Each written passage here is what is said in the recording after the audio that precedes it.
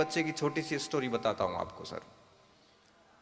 दो भाई बहन थे, पिताजी ट्रक चलाते हैं। तो उन्होंने बहन को भेजा जोधपुर पढ़ने के लिए और भाई को भेजा मेरे पास, कि थोड़ा बदमाश टाइप का है तो सर के पास थोड़ा डांट फिटकार के उसको ठीक कर देंगे।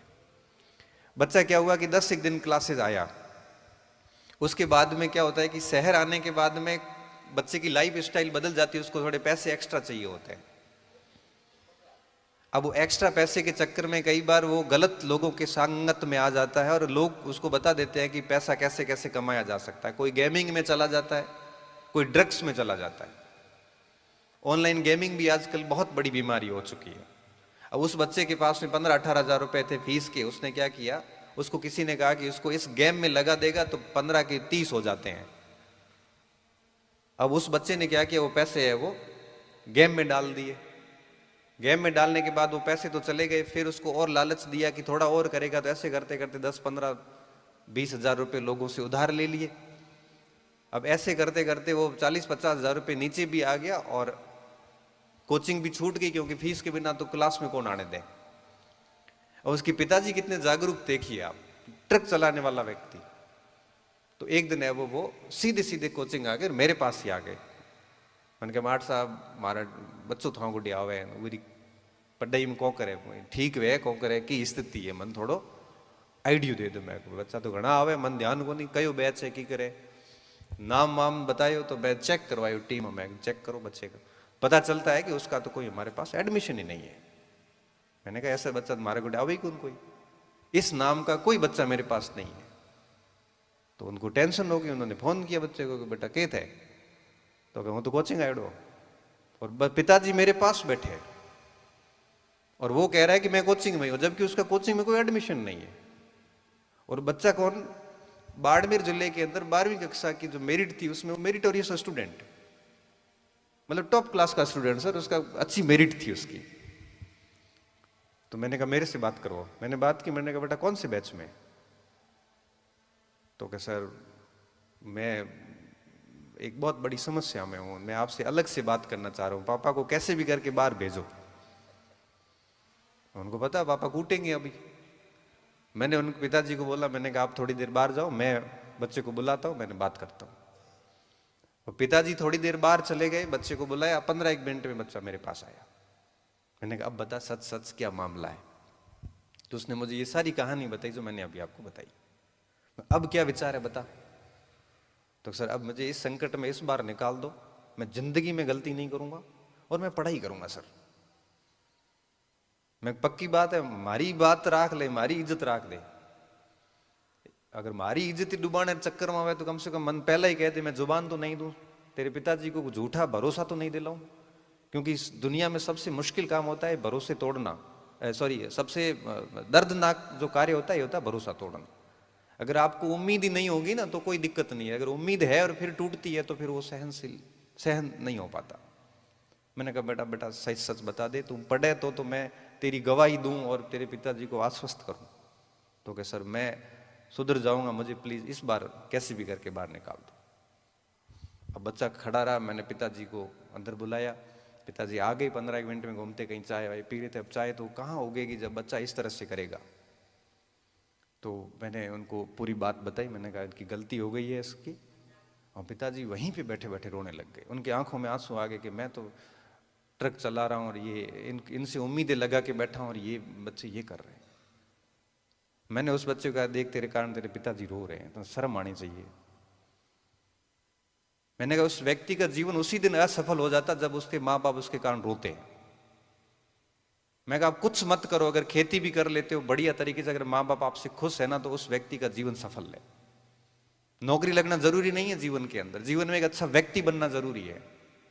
नौकरी लग के भी कई बार अगर आप घर वालों को घर से बाहर निकाल देते हो तो नौकरी किस काम की। मैंने उन पिताजी को कहा, मैंने कहा, और मैंने बेटे को कहा, मैंने देख ले। उसने कहा सर मेरी गलती हो गई। मैंने कहा एक पेज पे लिख के आ, बाहर जा, एक पेज पे पूरी कहानी लिख और एडमिट कर कि भविष्य में कभी नहीं करूंगा। बच्चा बाहर गया, उसने पूरा 1.5 पेज लिखा, अपना दर्द पूरा। मैंने कहा जितना तू सोच रहा है ना अभी वो सारी बातें इसमें लिख, हाँ, और लिख के साइन करके मुझे दे। बच्चे ने पूरी कहानी लिखी और लिखा कि सर ये मेरी जिंदगी की लास्ट गलती है। उनके पिताजी को मैंने आश्वस्त किया, मैंने कहा आप निश्चिंत रहिए, ये बच्चा अब गलती नहीं करेगा। और अब लास्ट में फिर पिताजी ने पूछा कि अब ये पूछो उनके के गुटम उधार लिया है कि मन तो ब्याज ही भरना पड़े उनके बाद में। मैंने कहा भाई अब ये भी बता दे। उसने बता दिया कोई 40-50 हजार रुपए लोगों से ले रखे। वो सारी स्थितियां निपटाई करी। मैंने उन समय पिताजी की हालत देखी ना, उस समय मुझे रोना आ गया कि ये लोग तो बड़ी उम्मीदों से पैसे भेज रहे हैं और ये यहाँ पे क्या कर रहे हैं। पिताजी चले गए। उसके बाद में हर सैटरडे हमारा संडे टेस्ट होता है, टेस्ट के बाद वो बच्चा मेरे पास आता करता, ठीक था। कल 17 तारीख को पेपर हो गया उसका, 17 तारीख को पेपर था L1 का। और अभी मैं रास्ते में आ रहा था तो मुझे बच्चे का मैसेज आया हुआ था कि मैं और पिताजी मिले थे, मैंने वो गलती की थी, पूरा पहले याद करवाया। और अभी मेरे सर 210 के आसपास मार्क्स हैं और डेफिनेटली उसका सिलेक्शन हो गया है, मतलब रिजल्ट में हो जाएगा। तो मैं सोच रहा था कि मैं उसके पिताजी से अभी बात करूं, फिर मैंने कहा वापस जाते वक्त, गाड़ी में वापस जाते वक्त मैं कॉल करूंगा बच्चे को और कहूंगा तेरे पिताजी से बात करा। और मैं अब आपको ये बात इसलिए बता रहा था कि अगर वो पिताजी उस दिन नहीं आते वहां पे तो वो बच्चा अब तक शायद जेल की सलाखों के पीछे होता। इसलिए मैं कहता हूं कि अवसर दीजिए, धन दीजिए और साथ में ध्यान दीजिए। ध्यान देने के लिए अपने को कोई विशेष एफर्ट्स नहीं डालने हैं, बस अकस्मात कभी 10 दिन 15 दिन महीने 1.5 महीने आप आपका भाई जो भी बड़ा बेटा बहन जो भी वहां चले जाओ, एक बार उसको देखो वो कर क्या रहा है। अगर ध्यान नहीं दिया गया तो उस अवसर और धन दोनों का दुरुपयोग करने की संभावना आज की तारीख में बहुत अधिक है। अब बाड़मेर चले जाओ, जयपुर चले जाओ, सूरतगढ़ चले जाओ, सर मैं आंखों से देख के आया हूं, बच्चों की हालत बहुत खराब है। इतने गजब तरीके से ड्रग्स में डूबे हुए हैं, नशे की हालतें इतनी गंदी हो रखी है कि नौकरी वोकरी तो छोड़ो, वो कंप्लीटली बर्बाद हो चुका है, परिवार को भी बर्बाद करने की स्थिति में है। तो हमें कुछ नहीं करना है, सिर्फ उसको थोड़ा सा ध्यान देना है। मैं अभिभावकों से ये सब कहूंगा, क्योंकि किसी भी बिजनेस से, किसी भी खेती से सबसे बढ़िया जो काम है वो ये है कि बच्चों के ऊपर थोड़ा ध्यान दिया जाए। और इस मंच के माध्यम से ये मैं बात इसलिए कह रहा हूं कि इस क्षेत्र में भी ये समस्याएं बहुत अधिक है। तो एटलीस्ट अगर वो नौकरी नहीं भी लगता और अगर वो अच्छा व्यक्ति भी बनता है तो मुझे लगता है कि अपना जीवन जो है वो सफल है। मैं आप सभी बच्चों से बात करना चाहूंगा कि जीवन के अंदर बहुत कुछ आप हासिल कर लोगे, सब कुछ हो जाएगा। अब आप में से आगे कौन प्रोफेसर बनेगा, कौन प्रशासनिक अधिकारी बनेगा, किसके कंधे पे 3 स्टार लगेंगे, किसके कंधे पे अशोक स्तंभ लगेगा, कौन कहां जाएगा, किसी को नहीं पता है। व्यक्ति जो टारगेट लेके चलता है जरूरी नहीं वो टारगेट पूरा भी हो। लेकिन मैं एक चीज मानता हूं, 12वीं के बाद, 12वीं तक तो स्कूलिंग होती है। आप मैं बताऊं मोटिवेशन भाषणों का आपसे कोई संबंध नहीं है, इसलिए मैं मोटिवेशन की बात ही नहीं कर रहा हूं। मैं बहुत सामान्य चीज बता के बात खत्म करूंगा आगे, क्योंकि अभिभावकों से मेरी अच्छी बात हो गई है आज, क्योंकि बच्चे थे नहीं, अभिभावक ही अच्छे हैं संख्या में।